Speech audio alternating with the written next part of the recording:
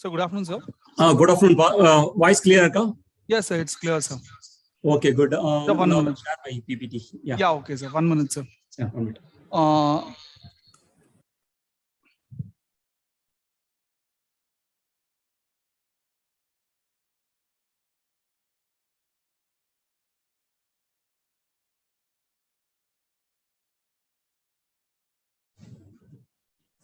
Good afternoon, all.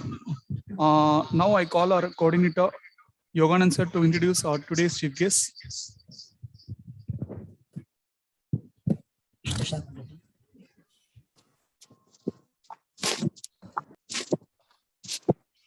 Good afternoon, dear participants. Today we have Dr. Arivalagan, a registrar in charge, NIT Trichirappalli. To brief about him, he has completed his PhD from Bharatadasan University in the year 2008, and his area of expertise is applied chemistry, environmental engineering, and multiphase heat flow in nanofluids. And he has an experience of more than 20 years. And apart from this, he has received Best Teacher Award and a Young Scientist Fellowship Award from Tamil Nadu State Council for Science and Technology. And today's topic of discussion will be nanofluids for enhancement of solar PV and thermal systems. I hope this will be a great learning, and I request all the participants to have a chat with Dr. Arivalagan sir, so to make the maximum utilization of this FTP session. Thank you, guys. Thank you very much, Pa. So thank you. Thank you very much for introduction. Shall I start shall I share my screen? Yes, sir. Sure, sir. You can. Thank you. Thank you.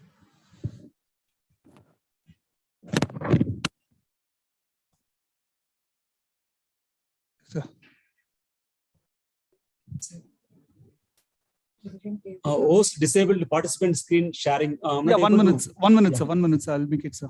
1 minute, sir. Yeah.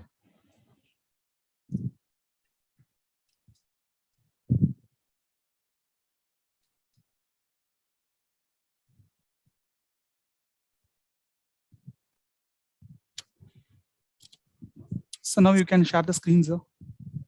Yeah. This will stop other screen sharing. Do you want to continue? Yes, sir. Yeah.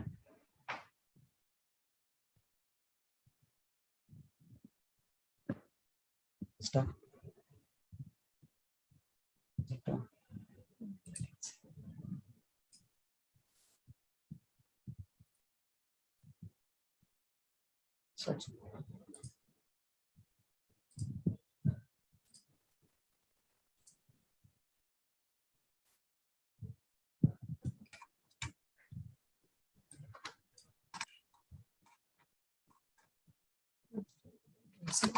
So is it visible now? Okay. I'm sharing now. Yeah. Yes. Yes.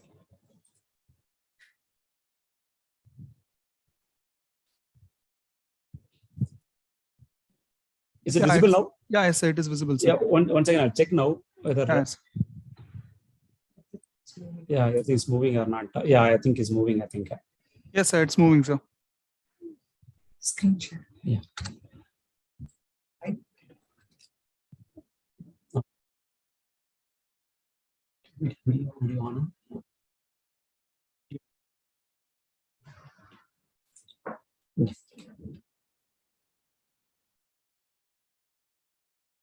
Yeah. Okay. Good afternoon to everyone. Dear participant, first of all, I thank coordinators for the workshop for giving the opportunity to me to give the talk on nanofluids for enhancement of solar PV and thermal system.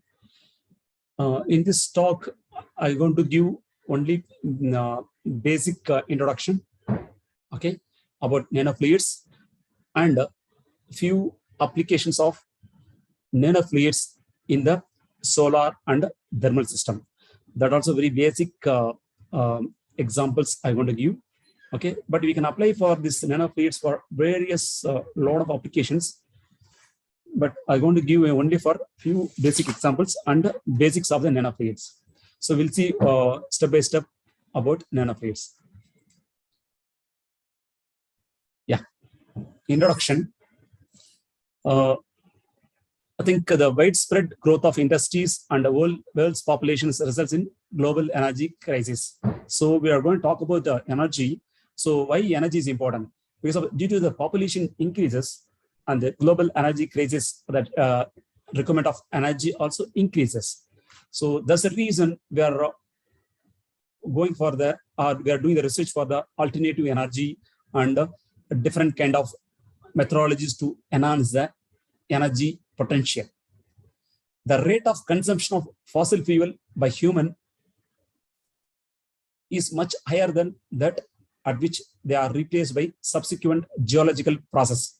That means, I think consumption of fossil fuel, I think you have heard about oil, petroleum, coal, and other conventional energy, but we are utilizing a rate of utilization is going very fast. So that's a reason the fossil fuel amount also decreasing very rapidly.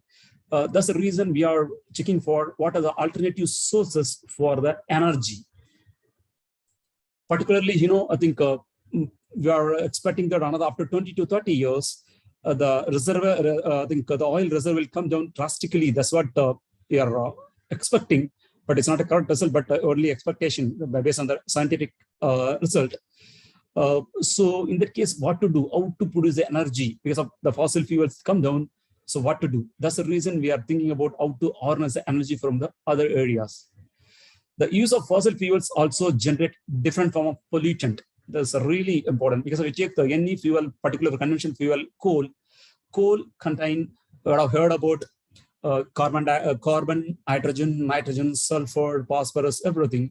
So I think so imagine coal and petroleum is contain sulfur. Whenever I think we are utilizing this coal or burning the coal or oil, crude oil or petroleum or diesel or aviation fuel, we are producing SO2, SO3, sulfur dioxide, sulfur trioxide, carbon dioxide, carbon monoxide. Lot of pollutants are generating from the fossil fuel whenever using for our purpose. So this is a major issues we're facing. So attention is now being diverted towards the energy sources such as solar, wind, and geothermal energy. And not only for solar, wind, geothermal energy, existing conventional methodologies are there. In that conventional methodology also, how to enhance the energy, how to enhance the or harness the energy maximum potential. That also very important. Not only for going for the solar, wind, geothermal, existing technologies, whatever thermal system, how to enhance the power or how to harness the maximum amount. That's a very challenging. That's what we have to do it. And it can be extracted from naturally and abundantly available sources. Example like sun, wind, kind of energy is available abundantly. So why can't we extract in proper manner? And technological development has made it possible to successfully convert sun radiation into electrical energy. Yeah. Now solar energy that reaches the earth is around 4 into 10 power 15 megawatts, and it is a 200 times as large as the global utilization. So you can imagine, so I think solar energy himself use more than 200 times as large as the global utilization. Imagine, suppose utilize the solar energy proper way, I think we can really, surely we can avoid other type of other source of energy. And utilization of solar energy shall lead to decreased carbon dioxide emission and reduced global warming. Not only the global warming, just now I mentioned about whenever you take the conventional fuel like coal or petroleum or diesel, this fuel contains a lot of sulfur component and phosphorus component. It will produce a lot of not only carbon dioxide, carbon monoxide, and sulfur trioxide and dioxide. This will use a lot of, I think, acidity in the rain. I think you heard about acid rain. Recently, you have seen the newspaper in the world, different location. I think scientists found that rain contains acid. That's called acid rain. The rain generally will think it water will be around pH will be around 7, near 7, neutral one. But some different location in the world, people already found that the pH of the rain is around 2 to 2.5. You can imagine that lemon pH is around 2. Though now we are getting the very acidity, or 2 pH level 2 is a very acidity. I think in different location in the world, already we found that recorded the value of the rain is around 2 to 2.5. So you can imagine that much acidity rain, called acid rain, it will affect not only the soil and the entire atmosphere. So that's the reason I think this conventional fuels is producing a lot of various toxic pollutant and emissions that use not only acid rain and the global warming and then the ozone depletion and the seawater level increasing, everything happening due to the pollutions or pollutant come out from the conventional fuel. So the greatest challenge lies in the efficient and maximum utilization of such sources to satisfy most of the energy demand. This is very important. How to, this is very challenging. Okay, how to efficient, how to utilize the maximum amount. That's what I mentioned, that even though we are converting or we are transforming to the from non-conventional sources, still we are using a maximum conventional source of energy only.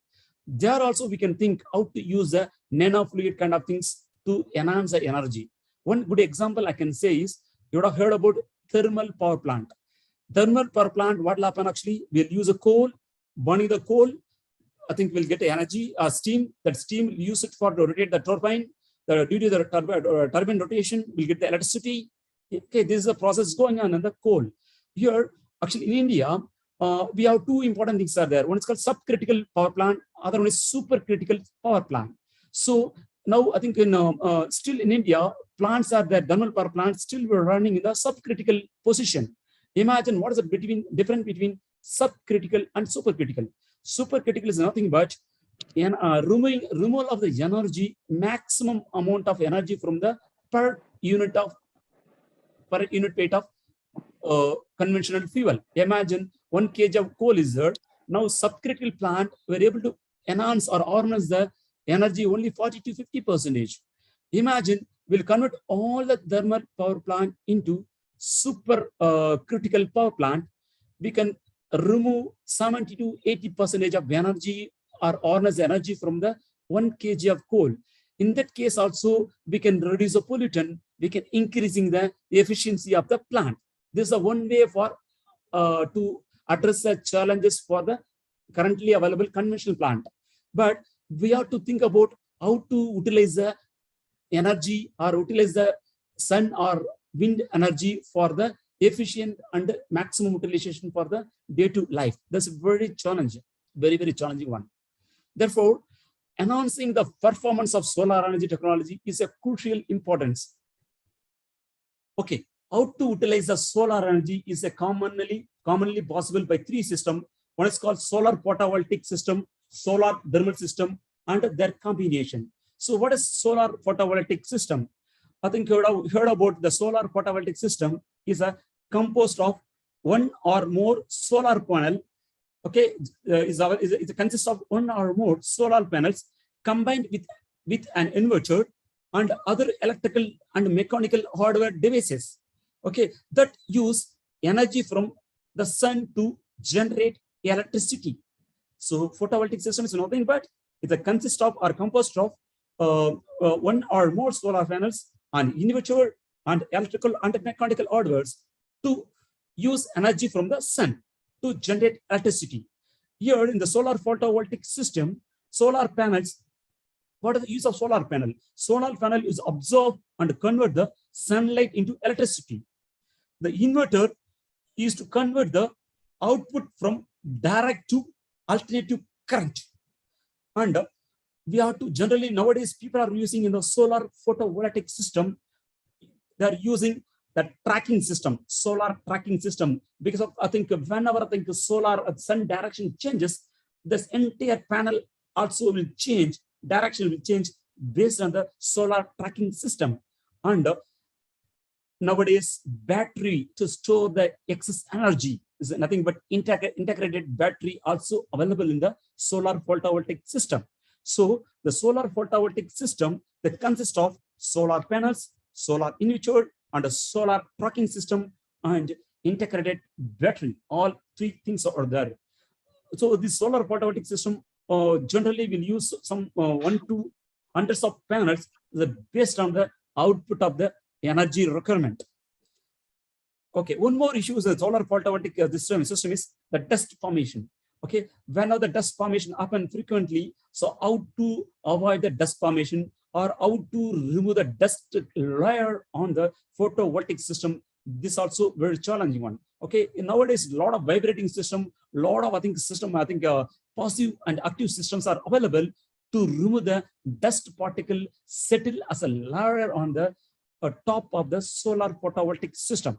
Okay, this is a one way of harness or utilize the solar energy. That's called solar photovoltaic system. Other one is called solar thermal system. What is solar thermal system? You're harnessing the solar energy to generate thermal energy for use of in industry and a residential and a commercial area. We are call it solar thermal system. In the solar thermal system, we have a lot of classifications are there. Low solar thermal collectors, medium thermal collectors, high temperature solar thermal collectors. So here what will happen, here solar, we are using not electricity, but you are using that thermal system to produce energy, heat energy in the low, medium, high solar thermal collectors. Generally, the low solar thermal collectors will use it in the for heating the ventilation air and the swimming pools. To heat the swimming pools, that use a low solar thermal system. And the medium thermal collectors, generally we'll call it flat plate collectors, we will use for the heating the water. Wherever the heating, we record the water heater, we'll use the flat plate collectors. This we'll see in the coming slides. So, okay, the flat plate collectors, how to enhance the solar energy using the nanofluids. I'll give some examples. I'll show some pictorial view in the coming slides. And next, high temperature thermal collectors is very much useful for industrial purpose. So the solar thermal system, not like solar photovoltaic system, it will produce generate the electricity. This solar thermal system produce thermal energy through low, medium, and high temperature collectors based on the swimming pool to heating the water, and for industry we can supply.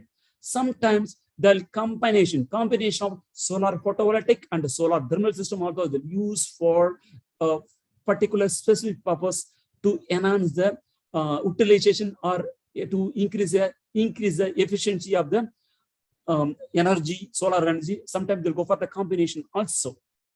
We'll go for the next slide. Okay, the solar PV is proving to compete side by side with the fossil fuels today. That's what I don't know, not like previous cases. Nowadays, we're using solar PV with a lot of latest technology. It can compete with fossil fuels like, or otherwise I can say conventional fuels like coal, maybe diesel, petrol, or other conventional fuels. It will give a very good competition to produce energy. The key challenge is increase in the temperature of the solar cells, which affect their electrical efficiency. So whenever the solar cells were exposed into the sun, the temperatures increase for the solar cells. Whenever the solar cells temperature increase, it will affect the electrical efficiency of the solar panel. That is a very key challenge particularly in the solar panels. So nowadays the researchers have developed new strategy to remove the excess heat from the system to reduce the temperature by using nanotechnology. So the electrical efficiency can be raised up. So important thing is here, I think I mentioned here, whenever the solar panels exposed to the sun, the solar cell temperature increasing. Whenever the solar cell temperature increase, electrical efficiency will come down. To avoid this one, we have to keep the particular temperature of this panel, solar cells is very essential. to keep the solar cells in the particular temperature in the constant. We have to use some other technology, like a lot of technologies are available, but one technology is nanotechnology, is a very key, and nowadays is easy to use and very efficiency also to increase the electrical efficiency. Good. How to use this nanofluids, or how to prepare the nanofluids, we'll see in the coming slides. In the solar energy field, nanotechnology can positively participate by replacing working medium with nanofluids. So generally we'll use water as a medium to remove the heat from the solar cells or panel, but the water capacity, having lesser capacity to remove the heat. So nowadays, to increasing the harnessing or removing the heat, we're using nowadays nanofluids instead of other medium, working medium. Okay, nanofluid is a new type of heat transfer fluid which allows more heat to be removed from the solar system. So we have a lot of type of nanofluids out there to remove the heat. Use the nanofluid as a heat transfer fluid. Okay, particularly in the solar system, is a very good technique. Okay, now we'll see what is nanofluids. Nanofluids is a mixture of nanoparticles which have a diameter ranging from 1 to 100 nanometer, dispersed efficiently in a base fluid. You can see that a nanofluid is a mixture of nanoparticles which are having a diameter range from 1 to 100 nanometer. Generally, we'll call it the nanoparticles. Okay, we'll use different kind of nanofluids as a base fluid. Like water, we can mix the nanoparticle in the water, we'll call nanofluids. Sometimes you'll mix a nanoparticle in the refrigerant, ethylene glycol, or thermal oil.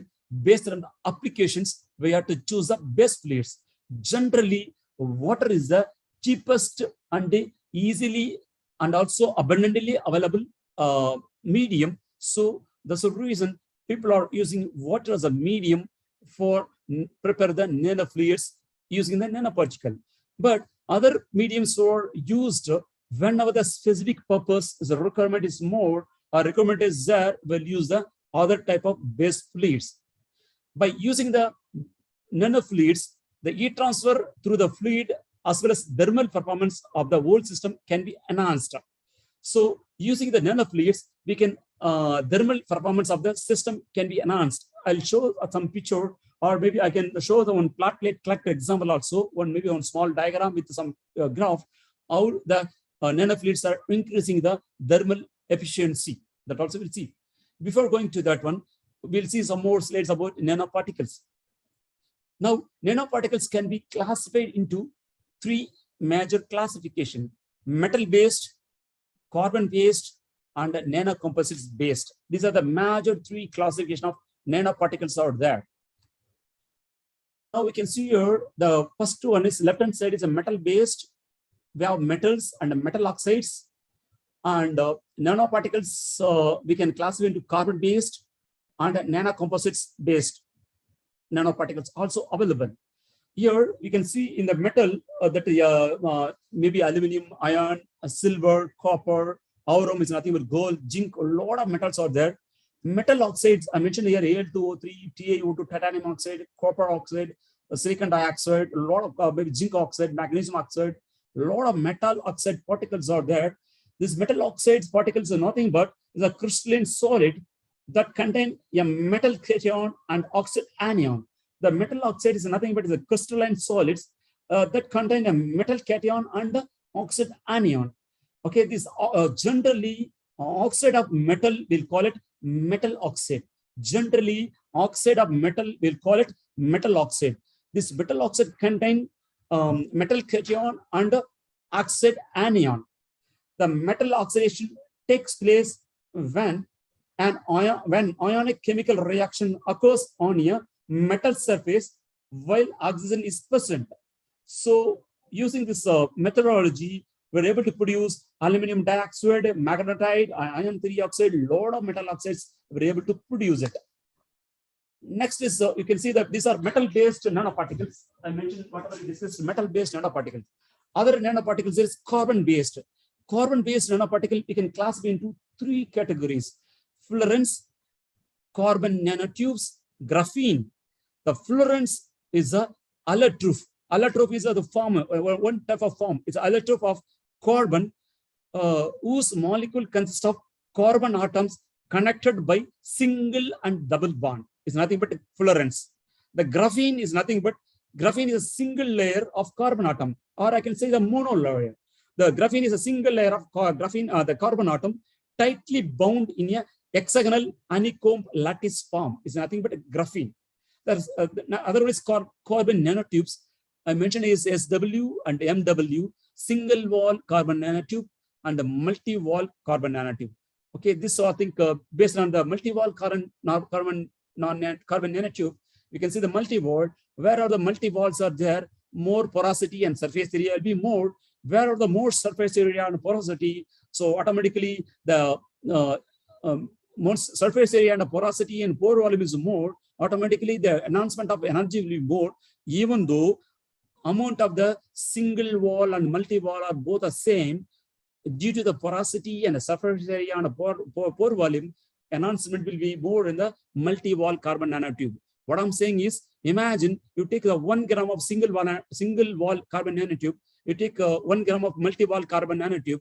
Due to multi-wall carbon nanotube is having more porosity and more pore volume, surface area will be more. Due to the more surface area, more energy efficiency in the multi-wall carbon nanotube, even though both are having same amount, or both are having mass value, both are same, multi-wall having more efficiency due to porosity and surface area. Good. Now, next one is called, there is a polymer nanocomposites. Here we'll have ceramic matrix and metal matrix and polymer matrix. The ceramic matrix is nothing but they usually contain carbon or silicon, and also include elements such as boron, aluminum, oxygen, titanium, and nitrogen also contained in the ceramic matrix. The ceramic matrix is usually contain carbon and or silicon with other elements like boron, aluminum, oxygen, titanium, and nitrogen. And the metal matrix, you can see here in the picture itself, it is a composite material with particle dispersed in the metallic matrix. Like example, I can say copper, aluminum, steel, everything in come in picture in the metal matrix. And the polymer matrix. The polymer matrix is nothing but it is a continuous space in the composite used for reinforcing agent. We'll use a lot of reinforcing agent as a fibers as a reinforcing agent in the polymer matrix.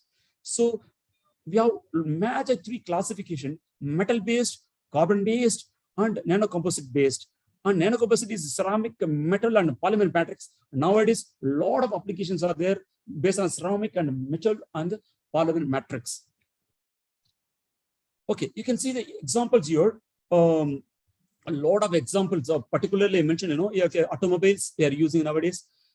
Renewable energy, I told solar energy, now nanofluids in solar energy, nanofluids and the other type of renewable energy, and the cooling of any electronic devices, whether from computer to any supercomputer or any high-level electronic device. Okay, cooling is very much required. Nowadays, nanofluids is generally will use nanofluids for the cooling the any lot of electronic devices. Maybe you can cool it, and cooling and heating the buildings.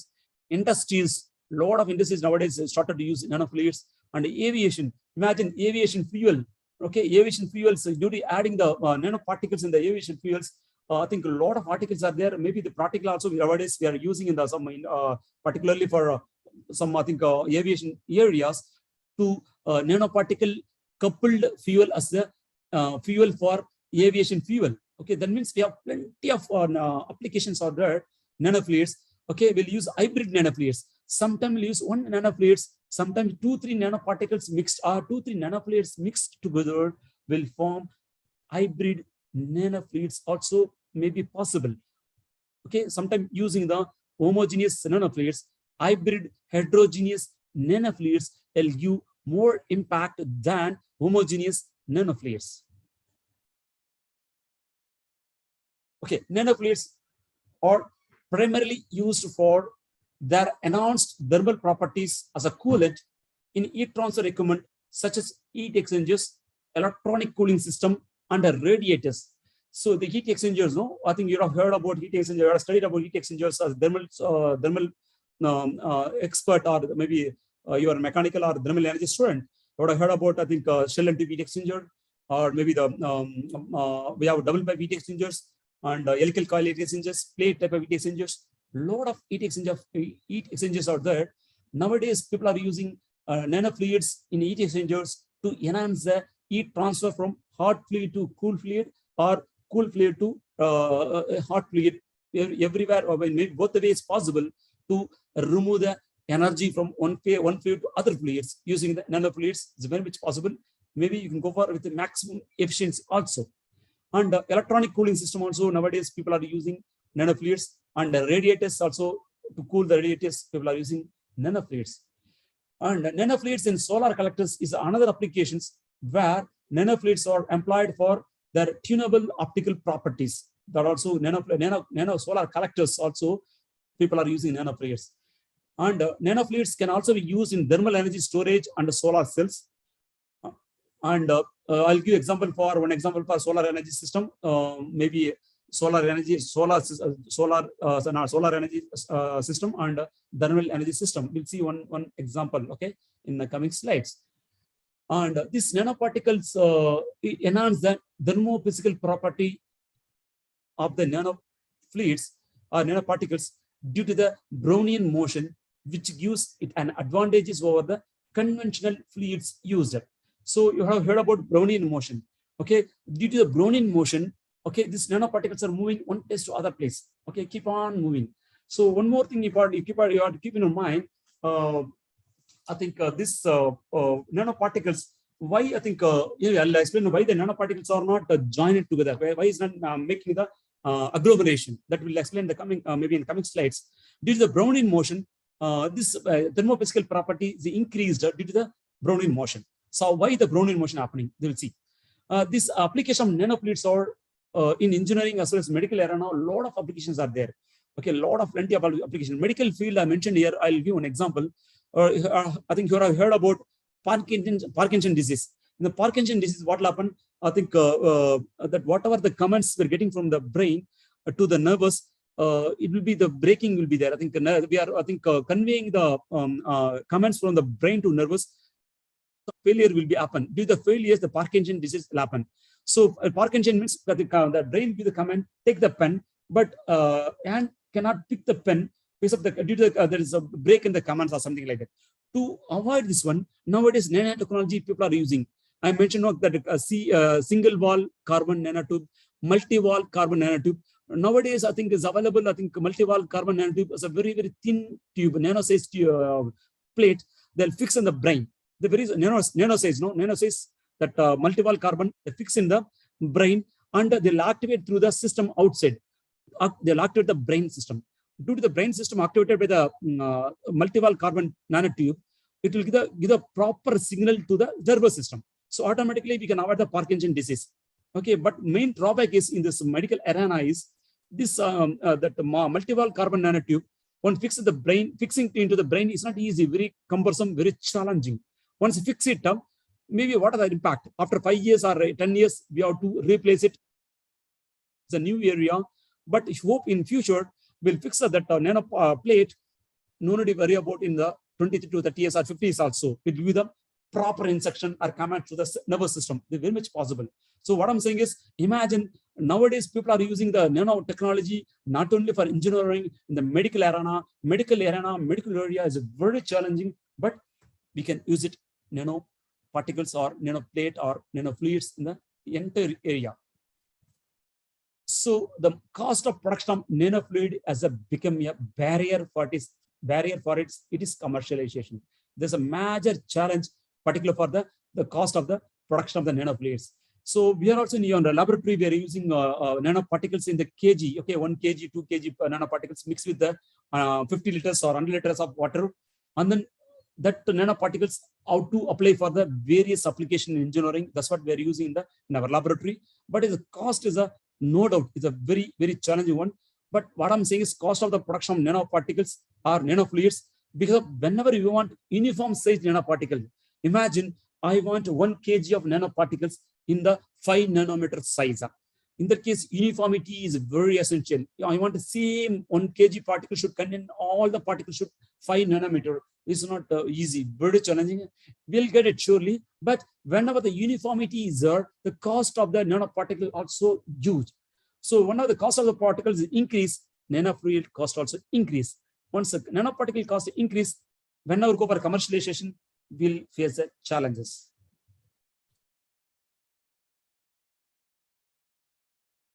Sorry.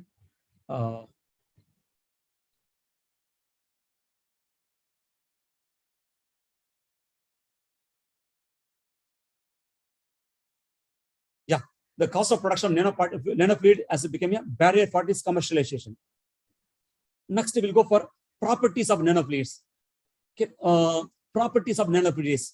The dispersion of nanoparticles, dispersion of nanoparticles in base fluid, dispersion of nanoparticles in the base fluid results in alteration of thermophysical properties of nanofluids. Okay, whenever the dispersion nanoparticles, the fluids, it will surely alter the physical and thermal properties. So mainly the thermal conductivity of solid is greater than those fluids. So whatever the particle we're using, aluminum oxide or any metal oxides or metals or graphene, any particles is having more thermal conductivity than the fluids. So whenever the suspended particles present in the fluids, it will increase the thermal conductivity and heat transfer performance of the liquid also increased. Okay, now the methods like temperature oscillation, transient hot wire method, steady state parallel plate method are used to measure the thermal conductivity of the nanofluids. Actually, thermal conductivity of nanofluids, we can use empirical equation also. Once you know viscosity, once you know the viscosity of the fluid and the pH, we can calculate. Okay, viscosity and pH you can calculate. And we have a lot of empirical equations are there, but actually to measurement is always essential to measure the thermal conductivity. So here I mentioned that 3 methods are there. One is called temperature oscillation, transient hot wire method, and a steady state parallel method. In this all among 3, transient hot wire method is a very popular and accurate and precise technique to measure the thermal conductivity of not only nanofluids, you take gases, liquids, solids, and any refrigerant. You have mechanical students would have used your study about refrigerant in air conditioning, and nanofluids also. We can use a transient hot wire method to measure the thermal conductivity of particularly for nanofluids. Okay, it's a for any temperature, any wide temperature and pressure range, we can measure the thermal conductivity. This technique is based on recording the transient temperature rise of a thin vertical plate wire with infinite length when a step voltage is applied to it. Based on this step voltage is applied to it, we can measure the thermal conductivity using the transient hot wire method. This is a very famous and very popular and accurate method to measure the thermal conductivity of the nanofluids. The nanofluids is mainly composed of base fluid and nanoparticles. I already mentioned, no, nanofluids have a 2 compartment or 2 part. One is called base fluid, other one called nanoparticles. The amount of base fluid is much larger than the nanoparticles. Suppose we have large amount of base fluids are there, the property of the nanofluids are mostly governed by the property of its base fluid.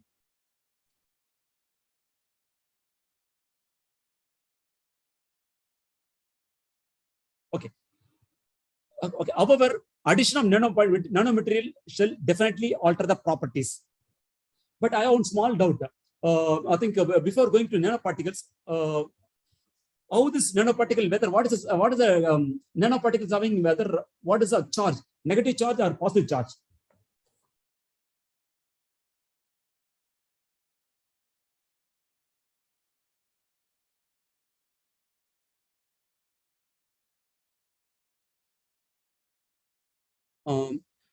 Participant, everybody can answer what is the charge. Anyway, I'll come to this question later. Okay, otherwise, so surely I think nanoparticles are these any particles having, surely charges will be then the surface of the any particle. Okay, that we'll see in the coming slides, or we'll discuss once again. The magnitude of this alteration is dependent on size, type, shape, thermal conductivity, and other properties of the dispersible nanomaterials. Okay, so this based on the type of the nanoparticle, size of the nanoparticle, shape of the nanoparticle, and the thermal conductivity property of the nanoparticles, it will alter the property of the fluids based on the what type of nanoparticles are dispersed in the fluid. The metal nanoparticles are favorable for nanofluid preparation due to their high thermal conductivity. This is very important. So metal nanoparticle generally is very favorable due to high thermal conductivity. The graphene-based materials, due to very high thermal conductivity, have also gained great attention nowadays. But some, I think, getting the graphene-based material is not easy in for huge quantity. But due to very high thermal conductivity, is also gained great attention nowadays. Okay, in many studies, irrespective of the base fluid, the thermal conductivity increases with the rise in the concentration of the nanoparticles. Whether use water or ethylene glycol or whatever other thermal oils or any maybe any any oils or any base fluids, okay, it will whenever the thermal conductivity increases, whenever the nanoparticles are mixed with the any base fluid. In some cases, non-linear relationship is observed when more interaction in non-particle causes decrease in thermal conductivity at higher concentration. This I'll give some example in maybe one example in the coming slides. What I'm saying is actually the nanoparticles. Okay, what will happen due to nanoparticle is nothing but metal oxides or metal particle is having more thermal conductivity.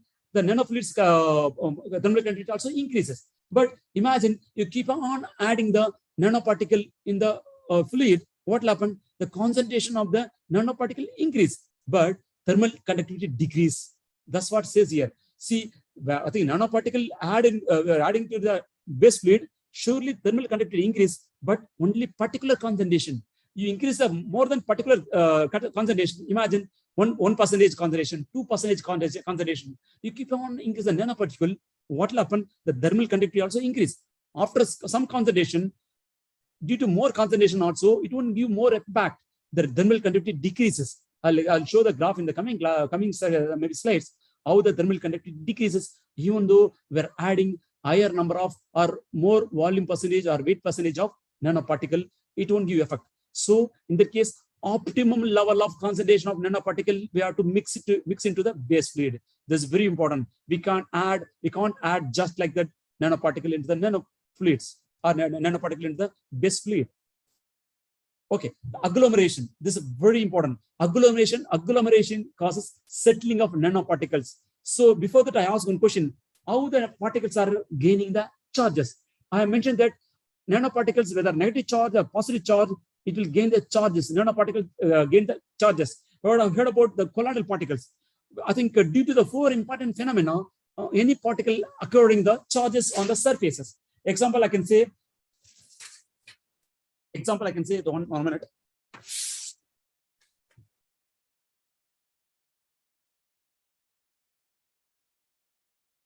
Example, I can say like imperfection of the crystal structure.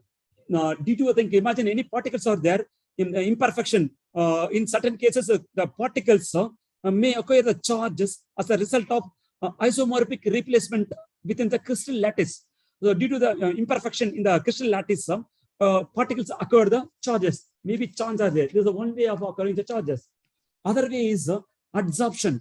I think adsorption of ion onto the particle surface.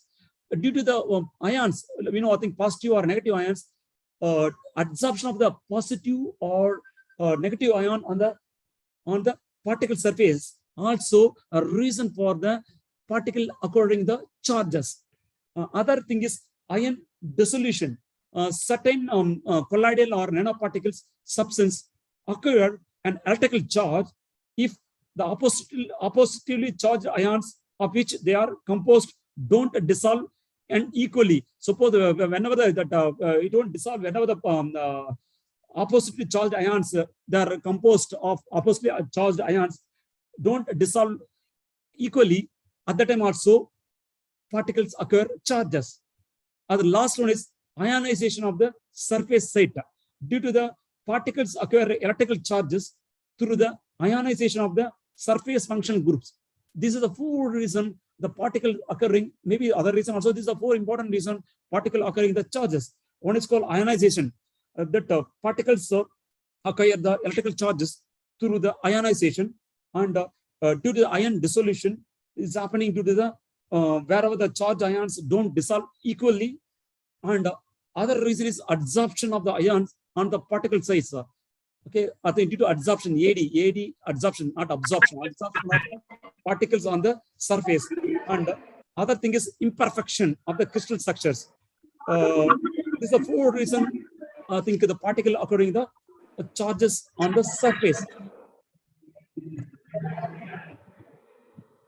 Okay, the agglomeration is very important. Why I'm saying is agglomeration is very important is actually whenever the agglomeration causes settling of nanoparticles and thereby a possible decrease in the thermal conductivity, which creates an uncertainty. That's the reason I'm mentioning in the previous slides also. I think whenever the particles are there, and the individual particles are there, means it will go through the entire reactor or entire area. Suppose I think particles are joining together, what will happen? Agglomeration form. When agglomeration formation happen due to the density increases, particles settle in the bottom. So I think once agglomeration happen, nanoparticle become the megaparticles. So automatically nanoparticle lose its property. Because of nanoparticle, what is a nanoparticle? Due to the nano size, it won't stability be more. What is stability? Stability means it won't settle. Imagine nanoparticle. Why we are using nanoparticle? Nanoparticle having very good stable. Due to stable, it won't settle quickly. It will take longer time to settle. Nanoparticle take longer time to settle in the reactor or the particular wherever the system we are used. Nanoparticle, it won't settle quickly. So it will take maybe sometime 10 hours or 15 hours, sometime 10 days, 15 days, 20 days to settle the nanoparticle. That's the reason we are using nanoparticle. We are mixing to the fluids. We'll call it nanofluids. Well, when the nanoparticles mixed into the into the fluids, due to it is not settling quickly, to settling it will take more time. So the nanoparticle fly over the entire system. Due to the nanoparticle flying over the entire system, thermal property will increase. That's the reason we want nanoparticles. But here agglomeration, I mentioned in first line, that whenever the nanoparticles join together, agglomeration happen. That's what I told. Charge of the particle very important. Imagine two nanoparticles are having same charge. It will repulse each other. Am I correct or not? Imagine positive repulse, negative repulse. Two nanoparticles having two same charges, it repulse each other. But is having different charges, it will join together. Agglomeration will happen. Not only for charges, lot of areas and reasons are there for agglomeration is happening. Once agglomeration happen, what will happen? Settling happen quickly. When settling happen quickly, it will nanofluids lose the thermophysical properties, and then we can't use it as a nanofluids for the various application. There's a major issues in the experimental conditions. We have to be very cautious about to avoid the agglomeration. Okay, the nanofluids containing smaller sized nanoparticles exhibit higher thermal conductivity than those containing bigger particle, which is attributed to higher interfacial area between particles and liquid, which leads to quick heat transfer. So I think what I'm saying is here, I think smaller size nanoparticles having higher thermal conductivity than bigger particle. There's absolutely no doubt. At the same time, small particles can induce random movement, commonly known as Brownian motion, which causes micro-convection current, thus leading to enhanced thermal transport. That's what I mentioned. No, I think due to the small particles are there, it will due to it will induce a random movement. This generally we call it Brownian motion. Due to a Brownian motion, it will randomly move one place to other place, and due to this having more stable, it won't settle quickly. It's not settling the quickly, and due to the Brownian motion, what will happen? The convection current is increased, and it leads to enhancement in the thermal energy and thermal conductivity. The aspect ratio of the shape of the nanoparticles play a significant role in the enhancing thermal conductivity. I think the shape also very important. What type of shapes are there? What is the aspect ratio? Is nothing but the shape of the nanoparticles. The ratio of its sizes in different dimensions. Imagine take a rectangular. You take aspect ratio of a rectangle. What will happen?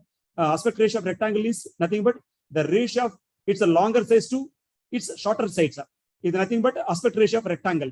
Aspect ratio of rectangle is nothing but the ratio of its a longer side to it's a shorter sides. This is the aspect ratio of the rectangle. Similarly, nanoparticles also having different type of shapes is having a different aspect ratio. The aspect ratio is very essential. It will also play significant role in the enhancing the thermal conductivity of the fluids, of the nanofluids. Okay, temperature is another factor that affect the nanofluid thermal conductivity. Okay, this is because of it affect the viscosity. Temperature surely affect the viscosity and indirectly alter the nanoparticle movement. As example, I already told Brownian movement. An increase in temperature, therefore, favors thermal conductivity by easing the movement of a nanoparticle through less viscous fluid. Whenever the increase temperature, what will happen? Increase in temperature, the viscosity will come down.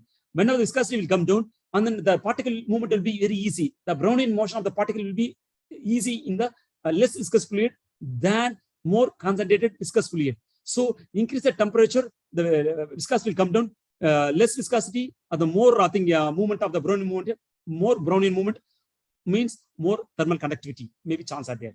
Okay, at the same time, one more thing, important things are there. Some chemical compounds are there. Whenever increase the speed and temperature, instead of increasing viscosity, reducing viscosity, viscosity will increase.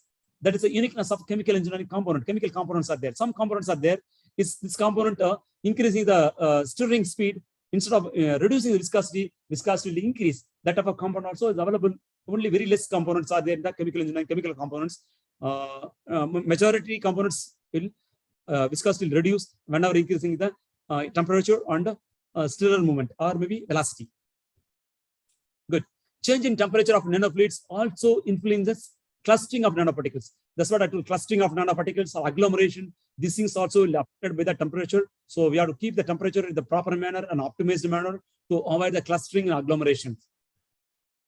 And next important thing is surfactant. So surfactant, it was also noted that the use of surfactant and additives during the synthesis of nanofluids. So actually surfactant, no, is nothing but active agent. Surfactant, you heard about like a detergent. A detergent is a good example as a surfactant. Okay, it's also surface active agent. So when we add the surfactant to the nanofluids, what will happen? That it reduces the surface tension. So once it reduces the surface tension, it will increase the spreading and wetting properties. So what I'm saying is, I think surfactant is nothing but a surface active agent. I think very good example is detergent is a very good example for the surfactant. Whenever we're adding the surfactant to the liquid, what will happen? It reduces the surface tension. Once the surface tension reduces, it increases its spreading and wetting properties is increased. So in that case, once adding the surfactant, so what will happen? The spreading and wetting properties increased, and then they're really good for the enhancement of the thermal energy in the nanofluids. Okay, I think a lot of surfactants are there, but particularly the sodium stearate and alkyl ether phosphate and dodecyl benzene sulfonate, the three commonly used surfactant to in the nanofluids for the enhance of thermal properties generally people are using. Okay, these three are very good surfactant to increase the thermal energy or to increase the efficiency of the nanoparticles. And additives also, a lot of additives are there. We can use additives also to increasing the enhancement of the thermal energy. Good. And viscosity and density of the nanofluids, which also depends on temperature and concentration of nanoparticles, has notable impact on the performance. The viscosity, density is also very important. Which is depends on temperature and concentration. Increase the concentration, viscosity increase. Okay, density also vary. Similarly, temperature increase, viscosity reduce, or density also will get affected. That's what the temperature and concentration, it's always give impact on the viscosity and density and of the nanofluids. Due to viscosity, density changes, I think physical chemical properties are also changes drastically. Yeah, we can see here that materials like metallic solids, non-metallic solids, and non-metallic liquids are there. Here I mentioned about a lot of copper, aluminum, silver, alumina, CNT, carbon nanotube, water, ethylene glycol. You can, I mean, right hand side, we can see a lot of thermal conductivity. Here you can see a CNT, carbon nanotube, is having 2000 watt per meter Kelvin, is having more thermal conductivity. That's the reason the CNT carbon nanotube, single walled carbon nanotube or multi-wall carbon nanotube. Suppose we mix with the carbon nanotube particles in the base fluid, it gives the maximum enhancement in the thermophysical property happen in the nanofluids. We can achieve easily. So apart from the CNT carbon nanotube, we can see copper, aluminum also is having very good thermal conductivity.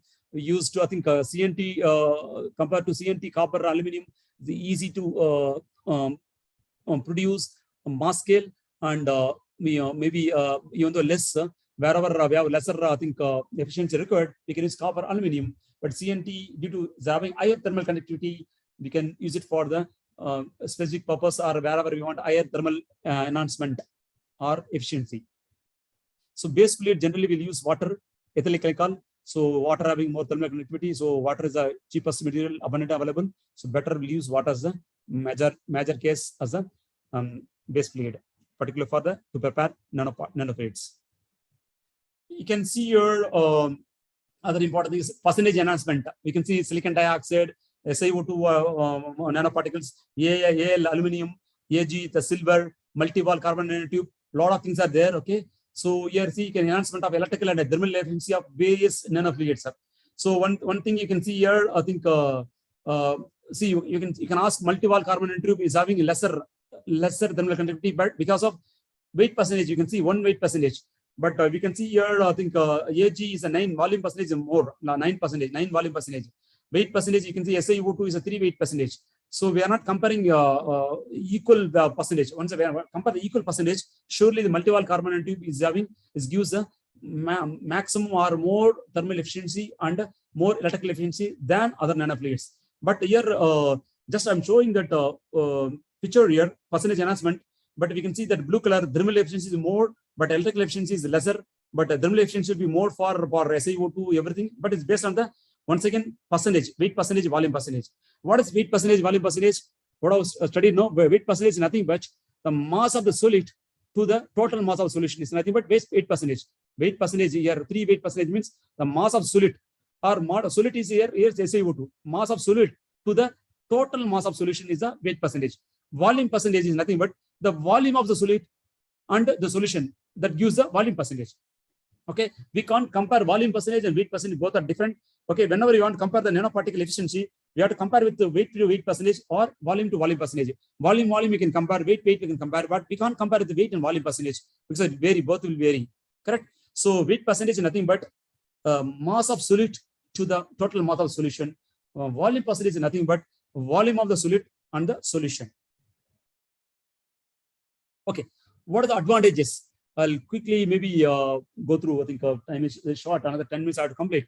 Anyway, I'll show some example also in coming slides. Advantages of nanofluids. Already I mentioned, no, it will improve the heat transfer coefficient of working fluids by raising thermal conductivity and allowing the fluid to convey high amount of thermal energy by raising the density and the specific heat product, boosting the heat transfer between the fluid and the receiver, enhancing both thermal and electrical significance of the PV system, and lower the absorber temperature, therefore protecting the material. These are the advantages of the nanofluids.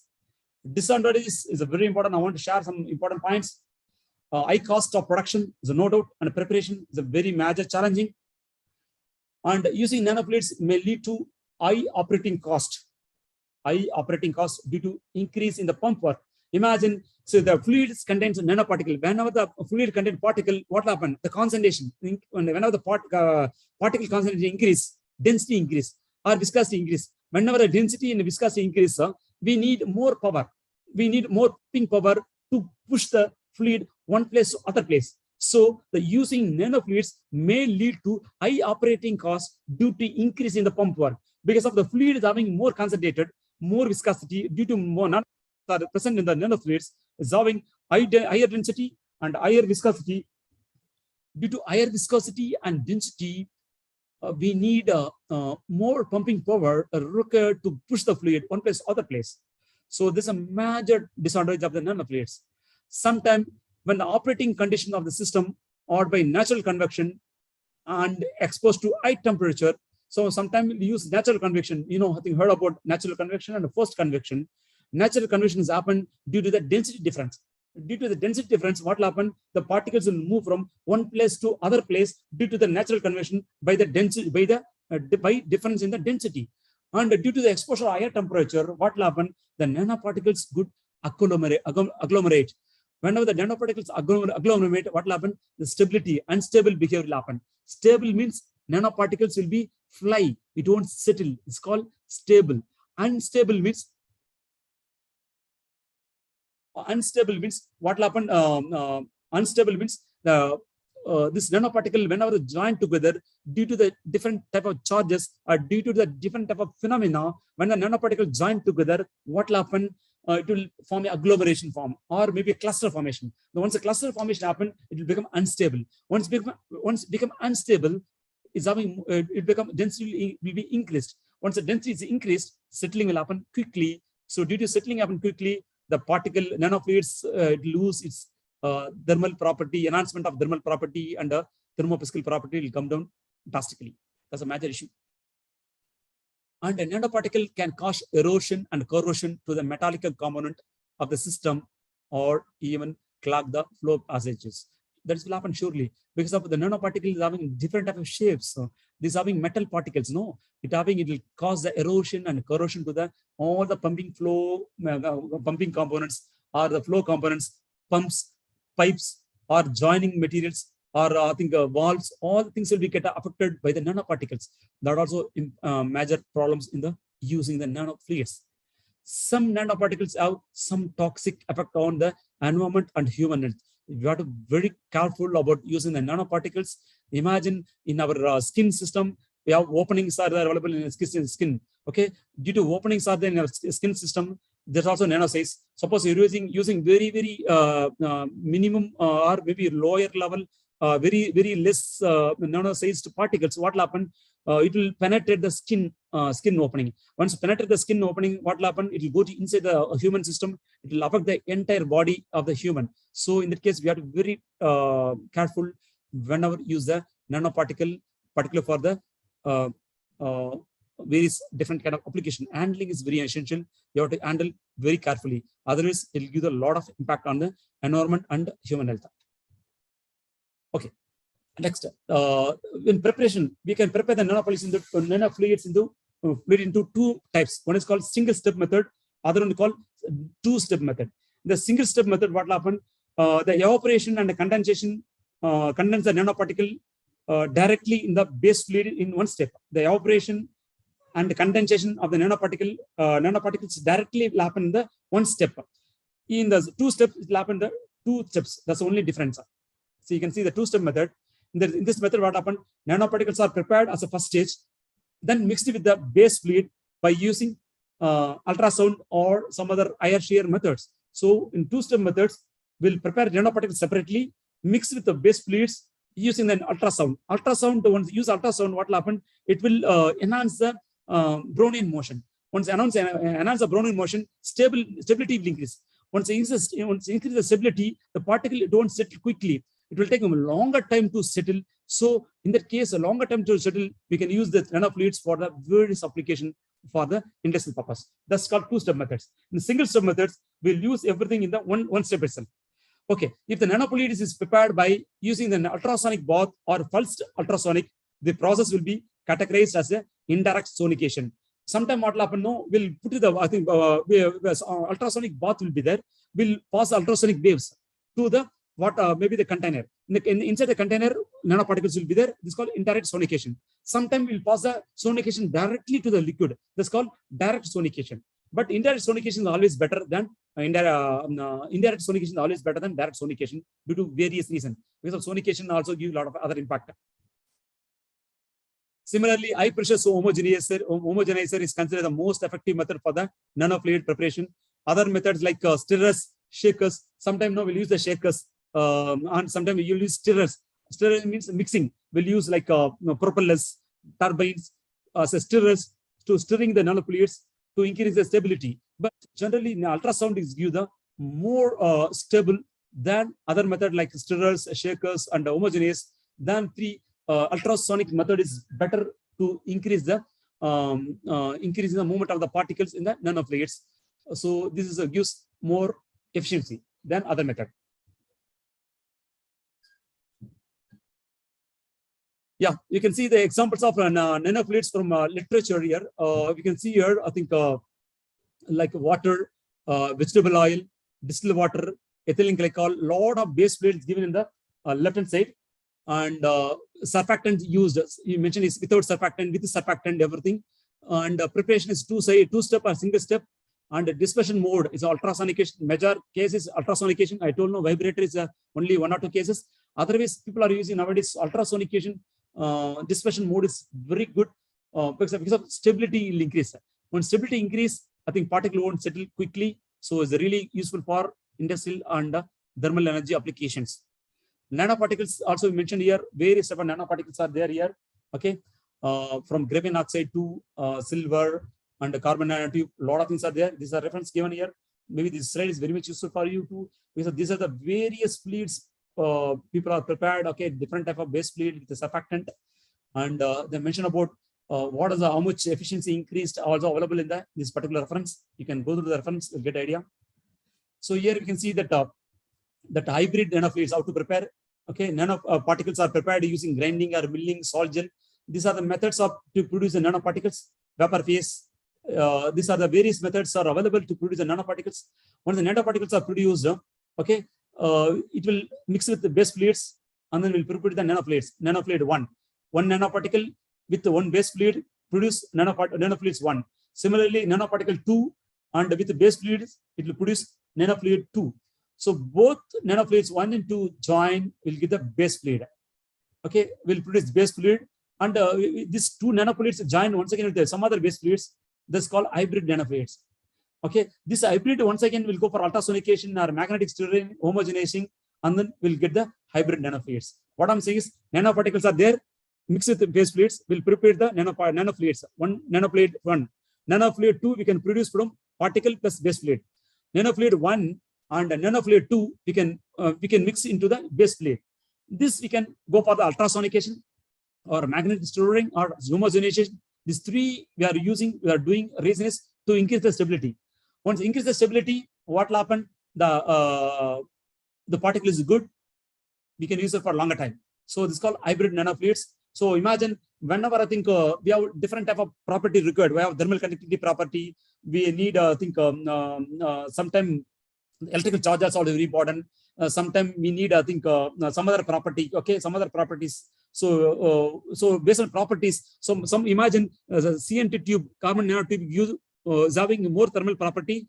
The more thermal conductivity, it gives a more thermal conductivity. At the same time, we want some other nanoparticle for some other reason. We can add that nanoparticle also along with the carbon nanotube.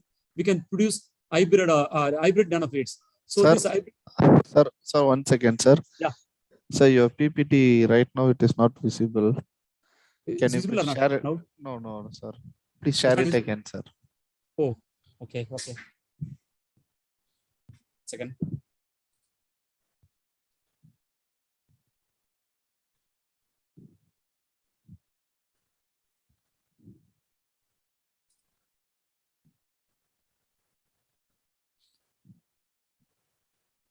Is it visible now? No, sir. No. Okay, well, I'll share just one second. Okay.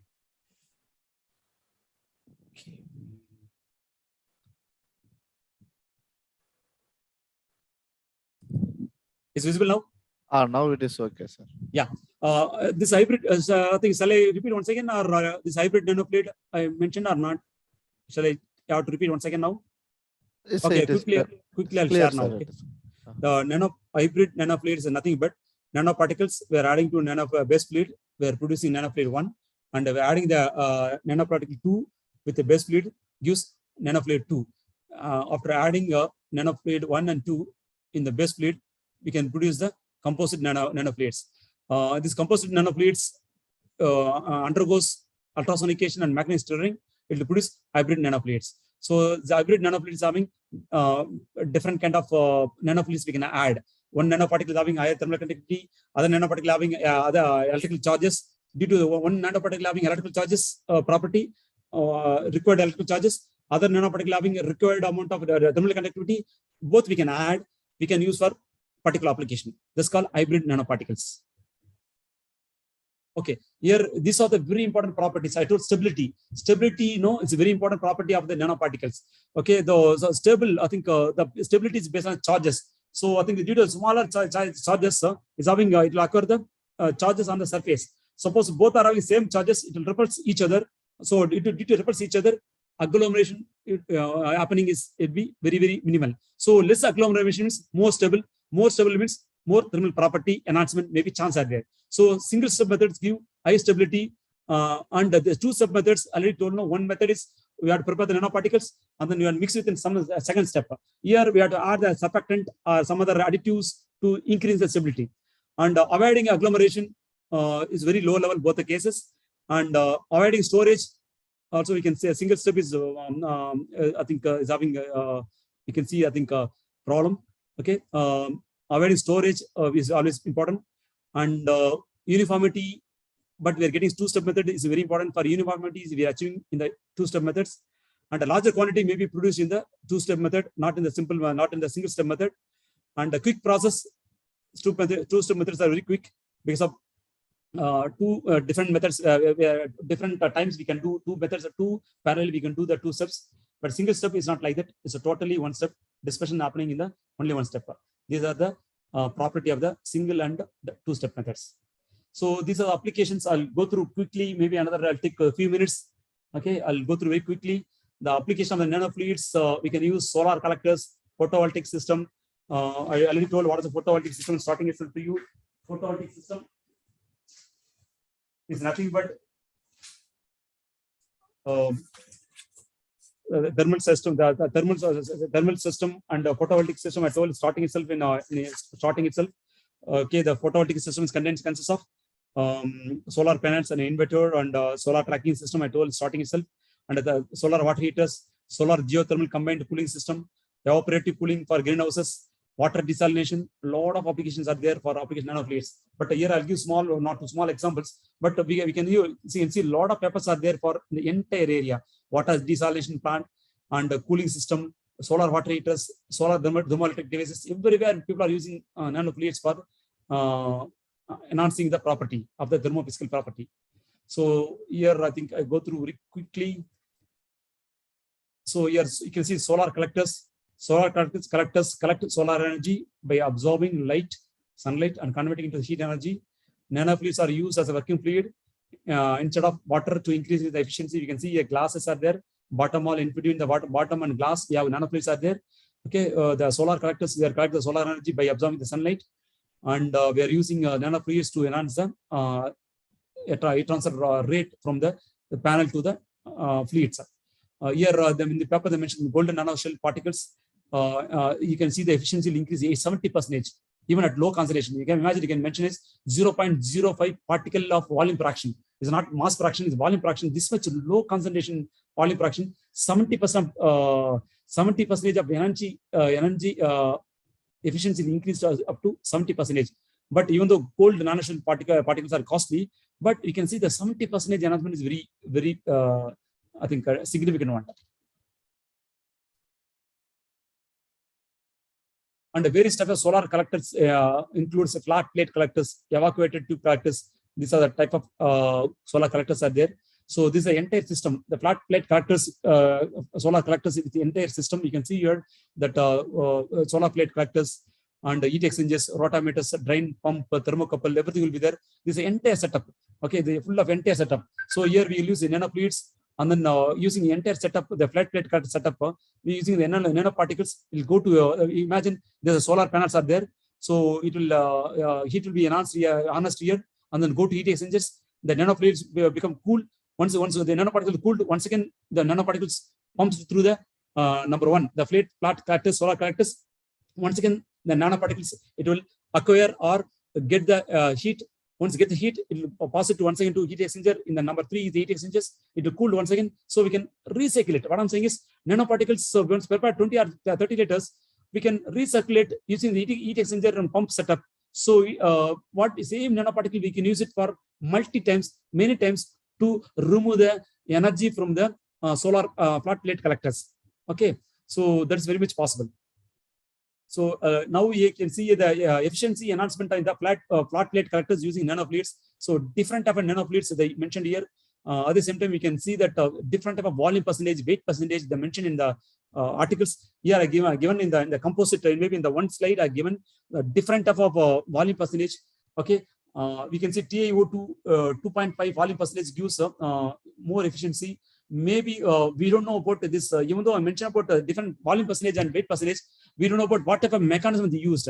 Mixing also is important. What type of mixing? I don't know. Ultrasonication mixing. Sometimes they'll use ordinary mixing or vibration mixing, or sometimes they'll use sterile mode of mixing. That also will impact. That we don't know what type of mode of mixing happened here. We don't know. But here this article on the particle here they show this slide shows about different type of nanoparticles, nanofluids with the different type of weight and volume percentage and their energy efficiency. But you have to go through the literature whether what type of mixings happen or what type of system they used. That we don't know. What type of system they use, how much quantity of the nanofluid they used. That also we don't know. You have to go through the particularly for literature.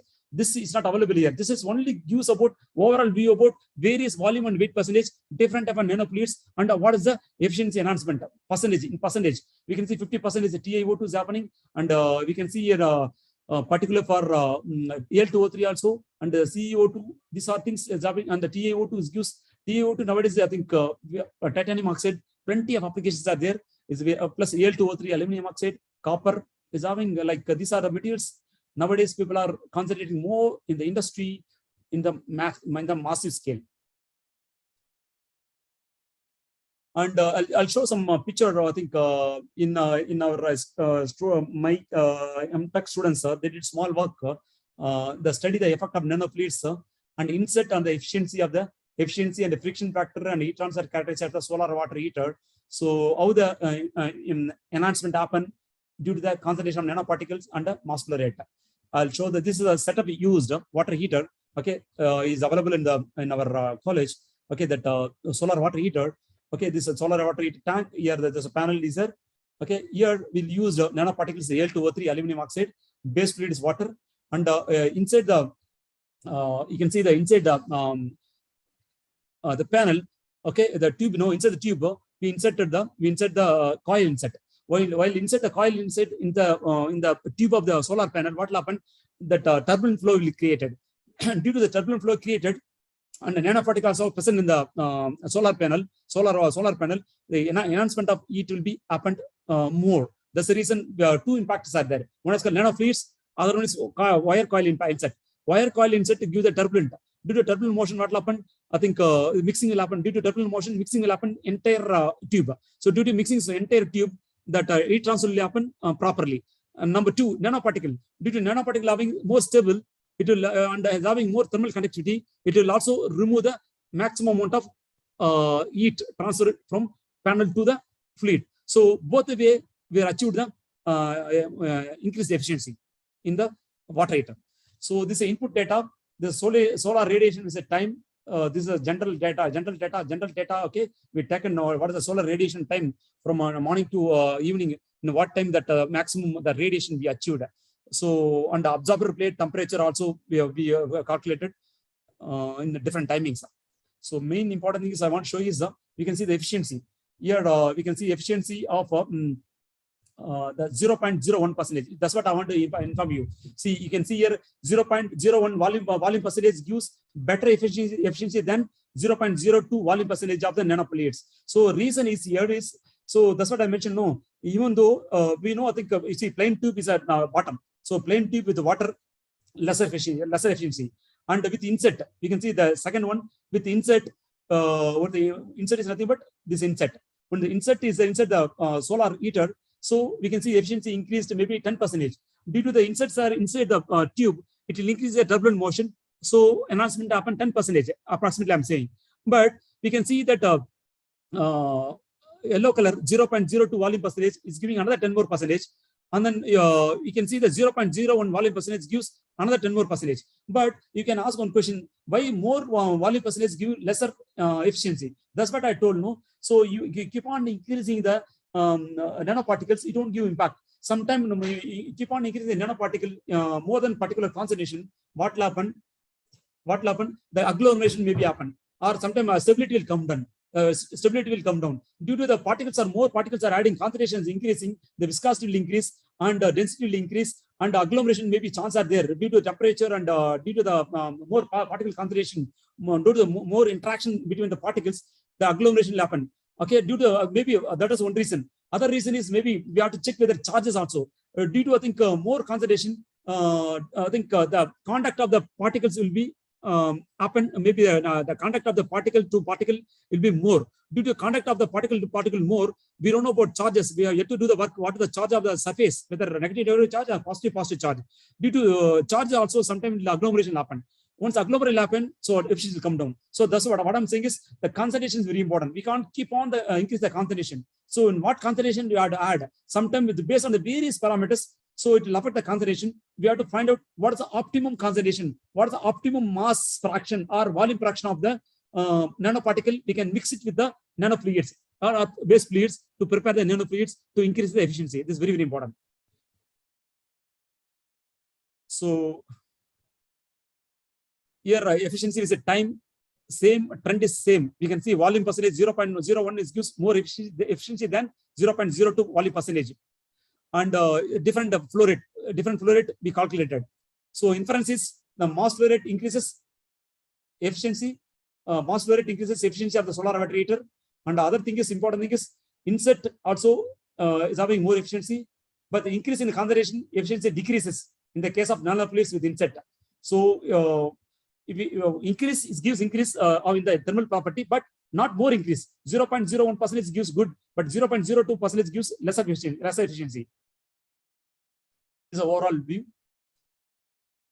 And it's a Nusselt number calculation. So same like Nusselt number also, you can see, I think we can see the Nusselt number is having more Nusselt number in the 0.01 volume percentage than 0.02 volume percentage.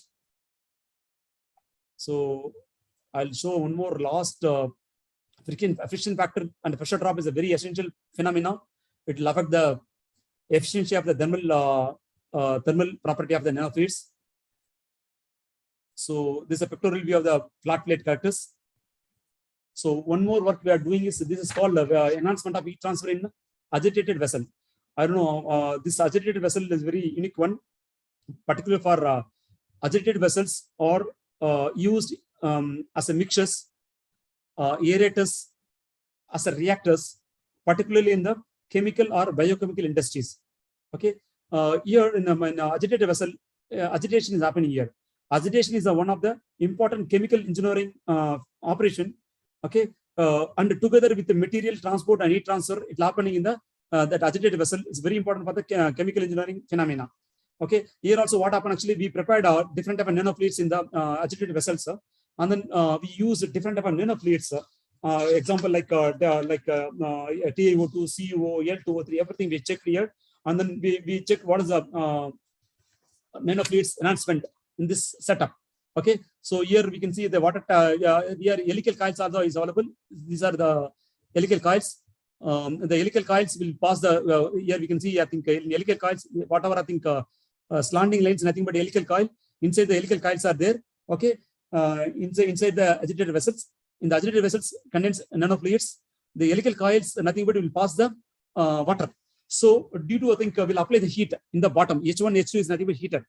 We'll apply the heat to the fluids available in the agitated vessels. So due to nanoparticles added in the agitated vessels, what will happen? Nanoparticle get heated quickly, and due to the nanoparticle is available in the fluid, is having more stability, more thermal conductivity occurred happened in the entire vessel. So in the helical coil, we pass the cold water. So cold water, it will remove the hot water inside the reactor whenever required. Okay, whenever required. So in such a way that we can maintain the temperature also, we can maintain easily. So this is a setup. It's very much useful for the chemical and biochemical industry. Wherever we have to maintain the temperature, particular temperature. Imagine we have some chemical reactions going on inside the reactor. Okay, with the nanoparticles, chemical reactions, we can control the reaction using the helical coil, we can control the temperature. Or sometimes we'll use helical coil instead of using nanoparticles, nanofluids inside the reactor. We'll use some chemicals inside the reactor. In the helical coil, we'll pass the nanofluids. That also maybe chances are there. Okay, that way also we can do. So both the way we can control the temperature. So controlling the temperature very much essential for the biochemical industries and the pharmaceutical industry. Imagine even 0.5 degrees Celsius, you vary the temperature or reduce the temperature, entire reaction vary. So whenever the entire reactions vary, that output will come down, or efficiency will come down, or yield will come down. Particularly for biochemical and pharmaceutical, the maintaining temperature very essential. In that case, this type of heat transfer in agitated vessels help us to maintain the temperature using very quicker time, controlling accurately using the nanofluids, very much possible. This also work is going on in our laboratory. We got very good results. Here also one more thing, that's what I want to share one more thing here. Here you used 0.1, 0.2, 0.3 weight percentage of nanofluids. So whatever I mentioned, no, after using up to 0.3, we are able to achieve the maximum efficiency. Once cross the 0.03 weight percentage, example 0.04 weight percentage, the efficiency of the thermal energy will come down drastically. That means after increasing 0.03 weight percentage to 0.04 weight percentage, maybe we don't know, agglomeration will happen, and sometimes due to the charge repulsion or due to the more particles contact each other, the particles are joining together, and agglomeration or cluster formation maybe is happening. We don't know reason. That work is going on now. So due to different reasons, the agglomeration happen. When agglomeration happen, the stability will come down. Stability come down, we won't get the proper thermal output, or thermal efficiency will come down very drastically. That's what you have to keep in mind. But no doubt, the thermal nanofluids, we have plenty of applications are there. So I think industry not only for small scale in our laboratory, where we are producing in kgs nanoparticles, we are producing the kgs, and we are using in the 100 liter or the 200 liter water, we're adding the nanoparticles, we're mixing in different concentration, we're applying for various applications like heat transfer agitated vessels, heat exchangers, and I already mentioned that solar water collectors, everywhere, a lot of applications we are using. I think even though I'm not showing a lot of graphs, I think I'll give my papers to you. These are available in literature. My papers research articles are available in the 4 or 5 articles available in the heat transfer in agitated vessels. You can go through, and then you'll get any doubt, you can ask me, or you can contact me for any further studies or further advancement. You can contact anytime. Okay. In that case, I'll stop now. Already 4:30, 1.5 hours over. I'll stop now. So, as a part of nature, we humans should learn to live along with instead of destroying it. So what I'm saying is nanoparticles we can produce by organic manner also. Okay. Now important thing is we are using nanoparticles. How to once use the nanoparticle, how to reuse it. That's very important. How to discard the nanoparticles. We can't discard just like that. Okay. We have to remove the nanoparticle in proper way, and then we have to send the base fluid to the maybe in the atmosphere in the proper way. Otherwise, it will give a lot of impact on the environment. So you have to keep in your mind that you are using nanoparticle for various applications. We are enhancing the thermal energy, a lot of electrical energy, a lot of things. At the same time, you have to carefully discard or carefully reuse the nanoparticles. Otherwise, it gives a lot of impact in the longer run. Because of nowadays, a lot of people are using nanofluids for various applications, not only research, for various industrial and practical application. So you have to keep in your mind how to discard or how to reuse the nanoparticle proper way. This is what I want to say. Okay. Any doubt, please ask participant. I'm happy to give the answer. Thank you, sir. Participants, now you can ask the doubt. So one of our participants asked in the chat box, sir. Chat box. Where we can go for thermal conductivity studies. Wait. Chart. I'll open chat box now. Yeah, is there any specific method for test? There is a calculate the thermal conductivity according to the nanofluid concentration. Yeah, thermal conductivity meters are there. Specific methods. No, please contact me. I have we have two. I already mentioned. No, 3 methods are there to thermal conductivity measurement. Maybe in or maybe in I think I told 3 methods are there. I think maybe now I'll show the slide number.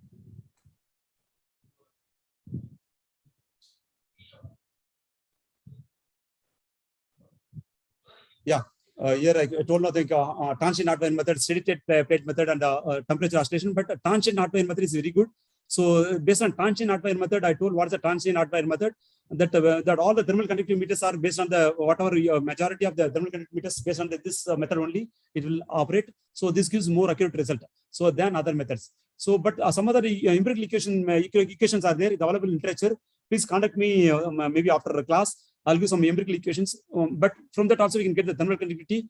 But we need some property. We have some property of the fluid and particles. We can calculate approximately thermal conductivity of the nanofluids. We can calculate, but issue is not accurate. Accurate method is always get from only from the instrument, transient hot wire method. So otherwise, empirical equations are there. I'll give some articles, literature articles that gives empirical equation. Approximately, we can find out the thermal conductivity. So one more question from chat box, sir. Correlation between the particle size and thermal conductivity. Yeah, the particle size. Yeah, that's what I told. I told maybe the slide itself. Imagine particle size are small. Particle size means I think more stable. More stable means more thermal conductivity. Imagine 1 gram particle is there. 1 gram of particle is there. Imagine 1 gram. You crush into 1,000 particle or 1 lakh particle. What will happen? Same 1 gram, but size is small. Here 1 gram, 1 particle. 1 gram particle into 1 lakh particle. But number is more. But weight is same. Both are 1 gram, 1 gram. So what I'm saying is the particle size is also very important. Whenever the small size, imagine surface area will increase. Whenever small size, stability will increase. Whenever sizes are small, electrical charge is very, very important. Due to electrical charge, due to stability, and due to I think more surface area, due to more porosity, is having more thermal conductivity, and other property also will increase. So smaller size is always useful, no doubt. But problem is how to get the smaller size. Imagine now 5 nanometer size particle, getting the 5 nanometer size particle is not easy, very challenging one. Uniformity is other challenging one. How to get all the nanoparticle in the same uniform size. You want imagine 1 kg of nanoparticles with me, all particles should be, all organs should be in 10 nanometer. It's very, very challenging. But we're able to produce, but in the cost of production is very, very high. But there's no doubt, lesser the particle, lesser, more stability, more thermal conductivity. So lesser particle size is very, very important, no doubt. Thank you, sir. Participant, now you can ask the doubt. Participants, any doubt?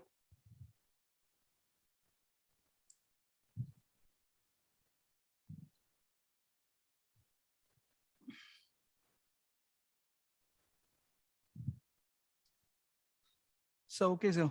We'll wind up the session, sir. Now thank you. Request, sorry, I'm not able to show a lot of picture and a lot of graphic studies. Please ask him, give my email to participant. Yeah, yes, okay. They can contact anytime. I'll send some literature, useful literature for them. Because I'm not able to cover entire thing. Okay, no issue. Okay. Now so my email ID, please share to participant. Maybe yes, okay, they can contact me for any time. Now I request Yoganand sir to deliver the vote of thanks. Yeah. Good evening, everyone. Actually, I feel privileged to deliver the vote of thanks to our Professor Dr. Arivalagan sir. Actually, we were a little bit from morning onwards. We were a little bit having some discussions that in afternoon how this nanofluid session is going to happen, because mostly it would be a dry area where majority will feel sleepy at that time. But I have to say, sir, it was truly an amazing session we had in the evening. Also, that the way how you are saying it is amazing is the amount of questions raised by the participants. So thank you for that, sir. Specifically, we need to thank for that, for making the session interactive, first of all. Thank you so much, sir. Thank you very much for giving opportunity. Thank you for coordinators once again. Really, it's also interesting for me to share my knowledge. At the same time, please, I think convey my email ID to the participants. They can contact anytime for any scientific discussion. Definitely, sir. Definitely. Good. I will now post it in the chat box, sir. Yeah, please. Thank you very much. Thank you. Shall I close now? Yes, sir. Yes, sir. Thank you very much. Thank you. Sir, mail ID.